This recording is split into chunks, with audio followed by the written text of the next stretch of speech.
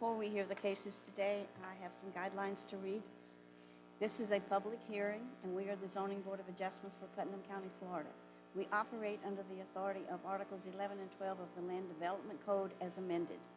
The primary responsibility of the board is to hear and decide appeals challenging final determinations made by the Planning and Development Services Department under the Land Development Code, and to hear and act upon requests for variances, special use permits, non-conforming use determinations, and preliminary development plans under the Land Development Code.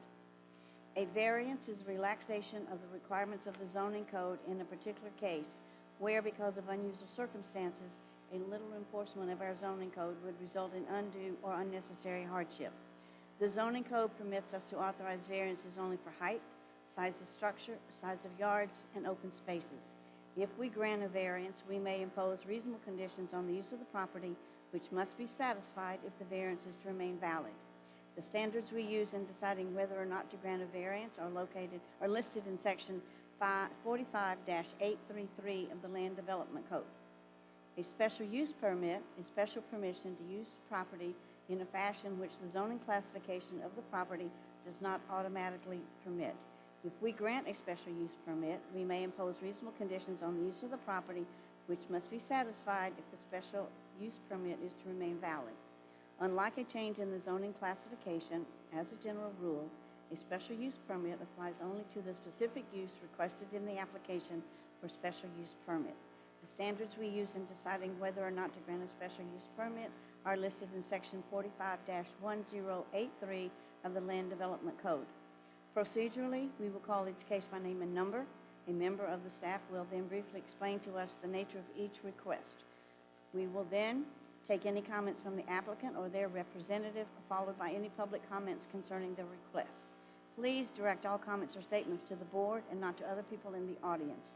Before speaking, we will ask each person to be recognized, come forward to the lectern, and identify his or herself by name and address. After all persons wishing to speak have been heard, we will entertain a motion from the board. This motion will be voted on by the board members and become our final order. Any decision made by this board can be appealed to the circuit court. However, any appeal must be filed within 30 days after the Board of Adjustment has rendered the final order which is being appealed. Are there any questions? Okay, before the first case is heard today, all those wishing to speak will need to be sworn in, so will the notary please administer the oath.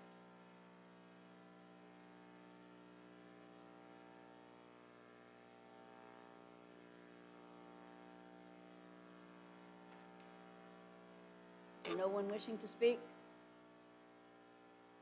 Okay. Before we hear the first case, Mr. Perry, I think our method of operation is to ask for ex parte communication before we hear the case. Yes, ma'am, we have been doing that. Okay, so Ms. Gibbs, you will do the roll call for ex parte communication.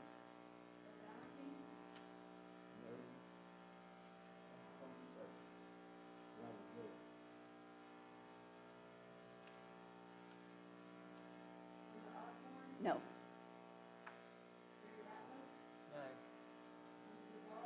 No.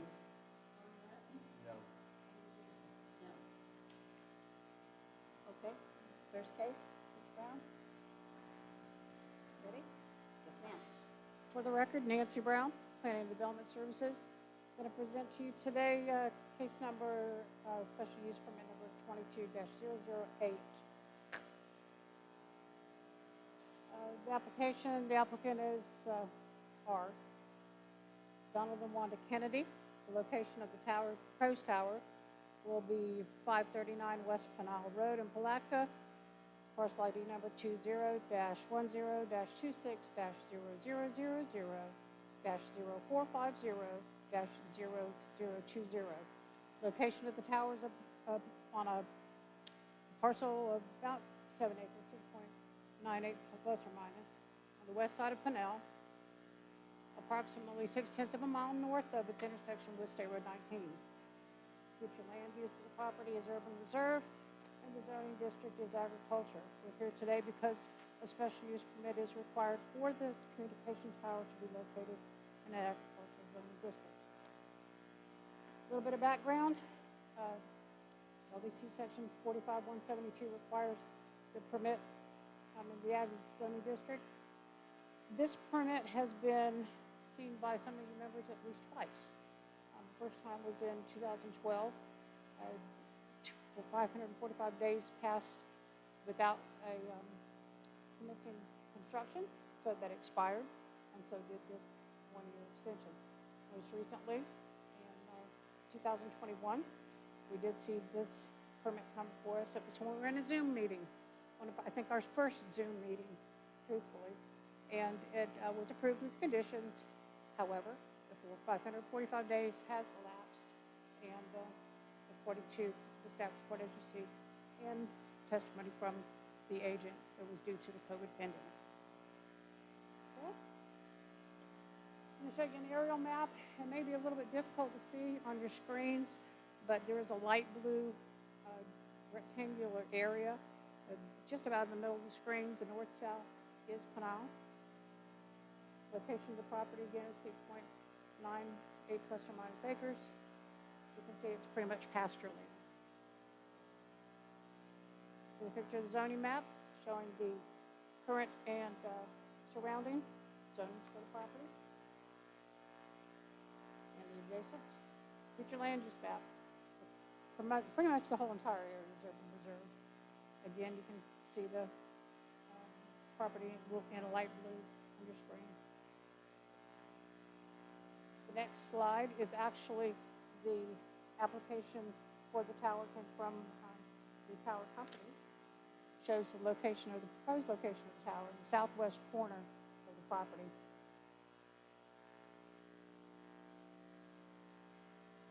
Criteria. The criteria, again, for section 45-1083 of the Land Development Code, the Zoning Board of Adjustment is to evaluate the property, make a decision to the specific findings that are listed in the staff report. And Development Code section 45-172H provides for additional issuance criteria for the special use permit, and that is also in your staff report. That lists the required findings. There's actually 6 required findings within that Land Development Code. I can briefly go over it. Basically, it complies with all the 6 regulations. Primarily the location, the fact that it's going to be screened, the fact that it meets the criteria for distance due to the fact that we had an approved variance on the property in 2012.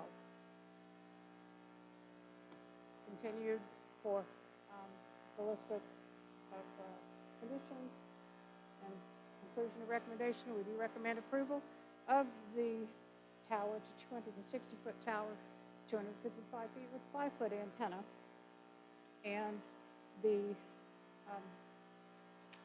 requirements of the recommendations are to obtain development review, and the applicant is aware of that. Maintain applicable state, county, and federal licenses. Achieve and maintain compliance with the provisions of LDC 45-172, which is the communications tower information on the code. Prior to issuance of a building permit, they'll need to provide documentation. There's no hazards to navigation. They have applied for that no hazards to navigation. It did come in for the first 2.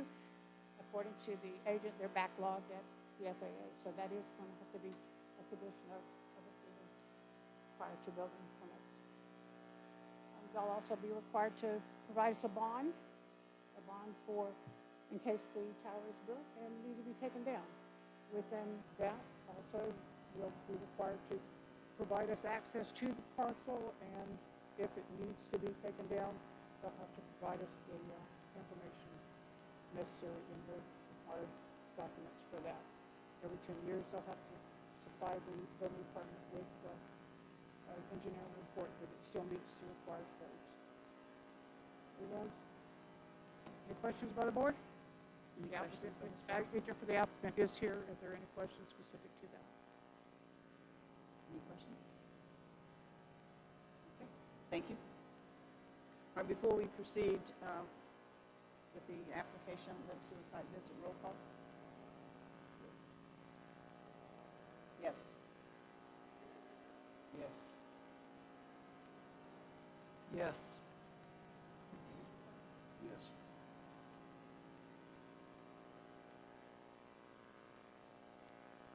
Okay, when the notary was asking people if they wanted to speak, no one stood up, so I'm assuming that there's no one in the audience today wishing to come forward and speak in favor of this application? No one's coming forward. Anyone wishing to come forward and speak in opposition?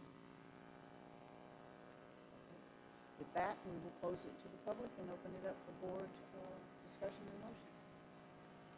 Madam Chairman, I move we approve special use permit 22-008 as request meets the criteria for special use permit as required by section 45-1083 of the Putnam County Land Development Code with the 8 conditions recommended by staff and authorize the chair to sign the final order. Second. Okay, we have a motion and second to approve special use permit 22-008. Is there any further discussion? If none, all of those in favor of the application, please indicate by raising your right hand. 1, 2, 3, 4, 5, 6, okay. Motion carries 6-0. To the representative, just make sure that there is a 30-day appeal process. So in the interim, work closely with staff, and good luck on your endeavor this time. Okay, before we hear the next case, we're going to do the ex parte communication with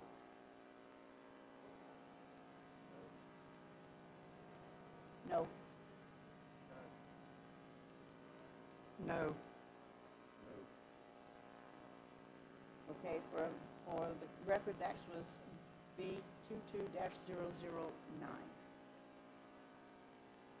Okay, guess we're ready. Madam Chair, the case that you just heard was SUP 22-008. I've already changed it to mine. Okay, wait a minute. Come back with that. I didn't understand what you said. I think you said that, for the record, the last case was SUP B22009, but it was SUP 22. No, for the ex parte was the V22-009. My apologies. Okay, that's okay. For the record, Zachary Baker, Planning and Development Services. This is variance for a residential case, case number B22-009. The applicants are Sherry and Gordon Braswell, located at 152 Magnolia Street, Satsuma. Future land use for the subject parcel is rural residential. The zoning district is residential 2, R2. Subject parcel totals .13 acres and is located within the Hermit's Cove unrecorded subdivision. The lot is non-conforming to the dimensional requirements of the zoning district and is developed with one single-family residence and accessory structures. This variance is being requested to replace a conforming accessory structure. LDC section 45-815 requires variance approval by the Zoning Board of Adjustment if proposed setback encroachments exceed 5 feet on the side yard setback. The applicant is requesting a variance to allow the side yard setback reduction from 10 feet to 3 feet. The subject parcel comprises Lot 220 of the Hermit's Cove unrecorded subdivision. The lot is approximately 50 foot wide and contains 5,662 square feet of area, again insufficient for the zoning district. Other improvements on the parcel, coupled with unique conditions of the parcel, prohibit placement of the structure anywhere else. The parcel was developed with an accessory structure that was less than 150 square feet in the same area as the proposed structure. The previous shed no longer serves the needs of the property owner when they expand and have a new shed. This request is the minimum variance that will make possible the reasonable use of the land and will grant the property owners the ability to develop an accessory structure which is otherwise permitted in the R2 zoning district. Here you can aerial of the parcel as taken from the property appraiser's map. Here you have a map of the zoning district for the subject parcel and surrounding parcels. The future land use of the subject parcel and surrounding parcels. This is a wetlands map and the FEMA flood zone map. There is a little bit of flood zone A along the western side of the property where the canal is. It's not yet known right now if the proposed shed will be located in that flood zone, but that will be determined at the stage of the building permit. And here you have a site plan for the proposed shed on the south property line. You can see that the encroachment would be 3 feet from the side yard. Staff is recommending approval case number B22-009 and the request for the variance to the reduction of the side yard setback from 10 to 3 feet as allowed by the 3 feet as allowed by the Land Development Code to allow increased reduction of setbacks as allowed by LDC Section 45815B. Any questions? Any questions?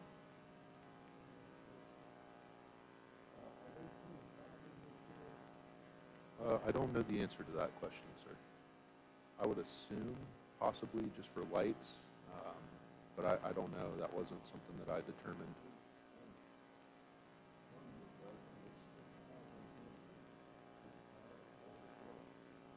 The property owners are here. They may be able to answer that question for you.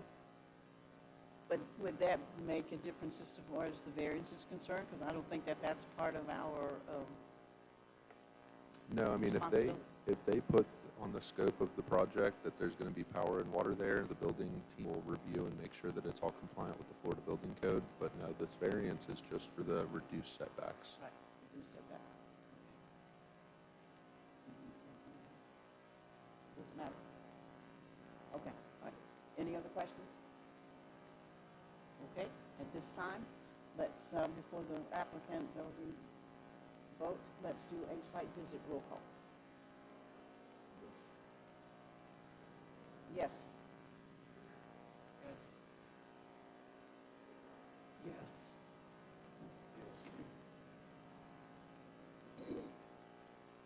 Okay, as previously stated, whenever the notary was swearing in people, no one stood up to take an oath to come and speak. So I will still ask the question, is anyone wishing to come forward and speak in favor of this application? No one's coming forward. Anyone wishing to come forward and speak in opposition?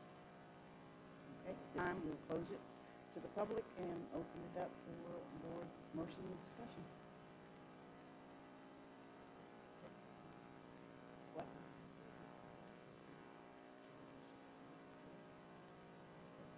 I don't know that we've ever done 3 feet variance. I don't know, though, the other one the other day from San Mateo was really close, so. Yeah, I believe this variance case that Mr. Joe Seeley presented was an encroachment of like 2 foot on the side and like 4 foot front yard Yeah. setback.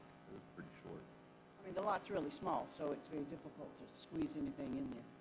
Correct. Yeah, this is a non-conforming lot.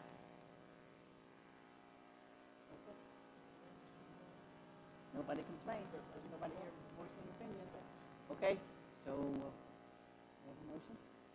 Madam Chairman, I move to approve variance 22-009 as it meets the criteria for variance as required by Section 45-833 of the Putnam County Land Development Code and authorize the chair to sign the final order. We have a motion and a second to approve variance 2-009.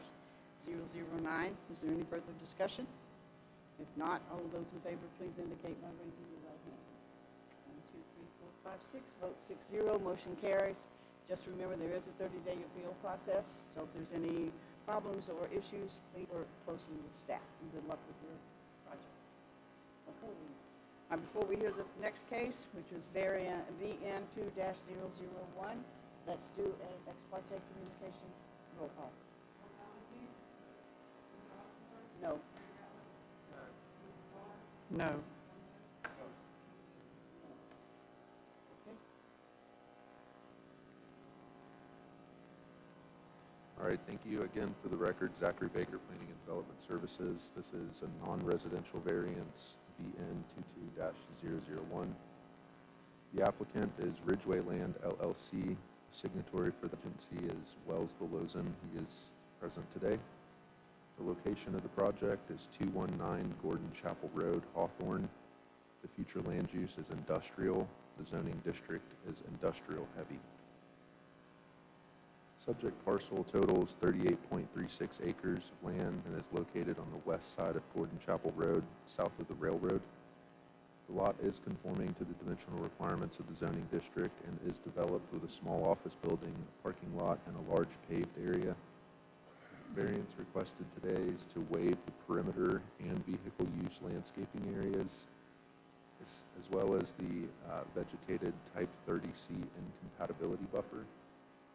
LDC section 45.512(b) allows the director to waive the perimeter and vehicle use landscaping requirements. LDC section 45.513(c)(5) requires the zoning board of adjustment to approve the variance for the incompatibility buffer requirements. The landscaping waiver is included with this request so that the waiver can be documented in writing.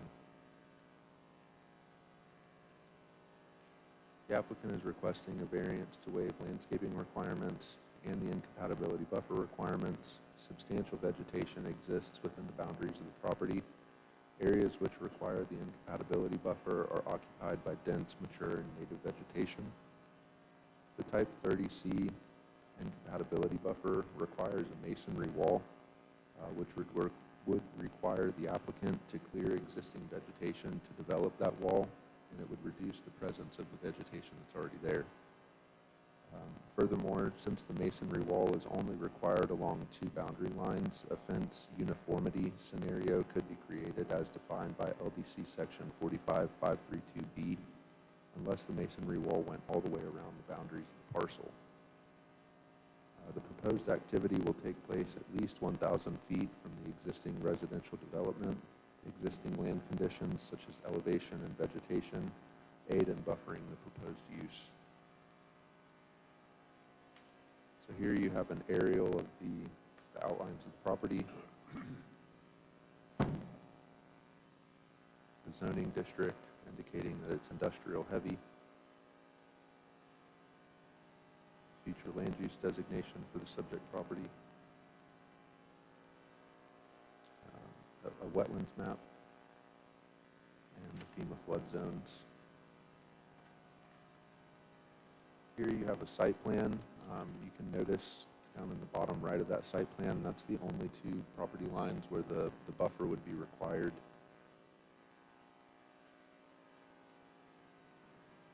Staff is recommending approval of VN 22-001 to waive the landscaping requirements of LDC section 512 and the incompatibility buffer requirements of LDC section 45.513(c)(4 with the following condition.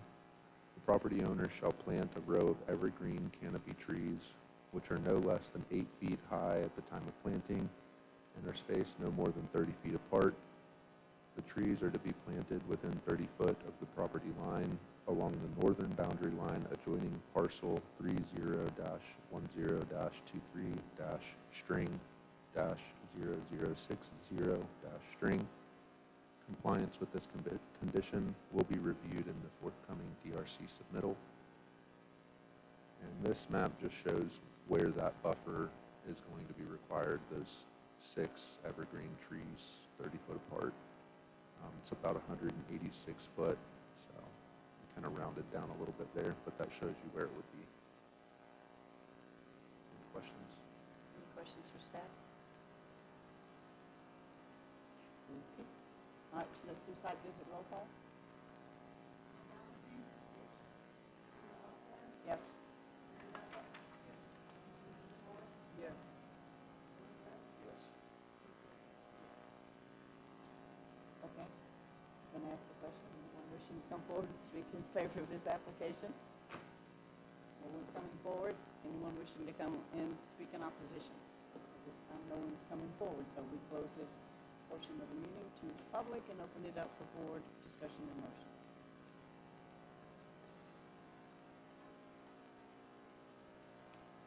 Madam Chairman, I move we approve VN 22-001 as it meets the criteria for variance as required by section 45.833 of the Putnam County Land Development Code with the condition recommended by staff and authorize the chair to sign the final order. So, we have have a motion and second to approve case BN 22-001. Is there any further discussion? If none, all of those in favor, please indicate by raising your right hand. 1, 2, 3, 4, 5, 6. Motion carries 6-0.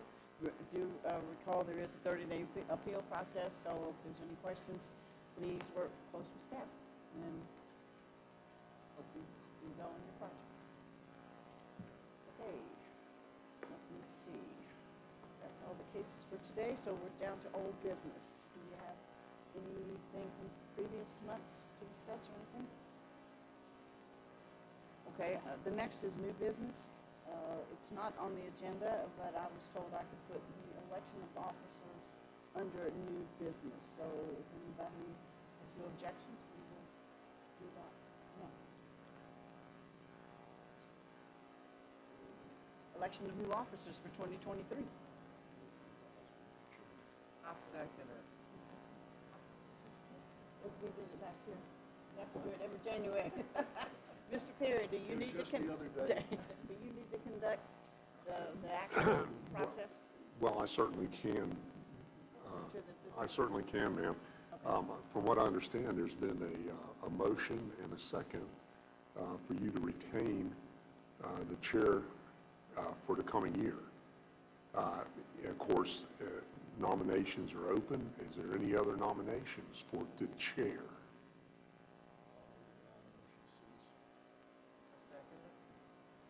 All right. There are no other candidates for the chair. Then Ms. Osborne will be our chair for next year by acclamation. So congratulations. I didn't even have a campaign right. And of course, that brings us to our vice chair. We have to have someone here in the event that our chairperson is not here. Do I hear any nominations for vice chair?